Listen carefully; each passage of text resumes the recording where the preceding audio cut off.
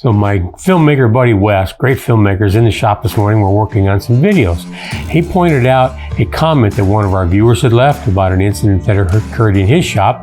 I haven't read it yet, so Wes wants me to read it to you, and let's react and see what this person had done. Ready? I did a very stupid thing once.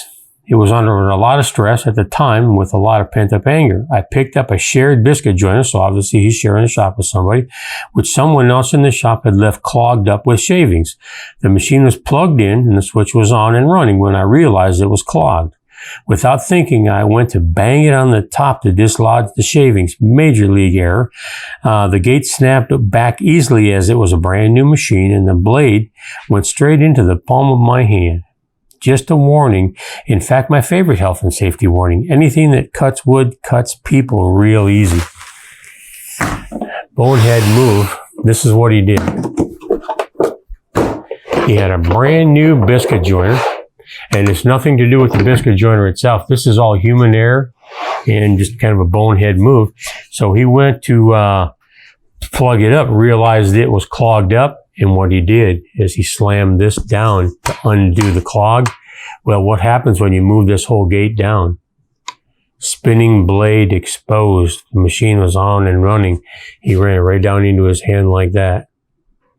Never ever put your hand on any surface, the cutting surface, any machine in the shop ever while it's running. Major league mistake going like that. And it's just a temporary lapse of judgment is all it could have possibly been.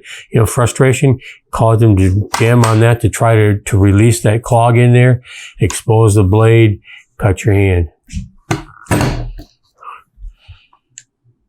So, I'm not going to put your name out there, but I am going to thank you for having us share a great experience in the shop. It might have been tragic for you, but it teaches us all a lesson. That lesson being, you don't ever touch a machine that's running to try to do anything to it, change a blade, tighten up a blade, release a clog, anything like that. So I'm sorry for your incident there. I hope you recover well from it.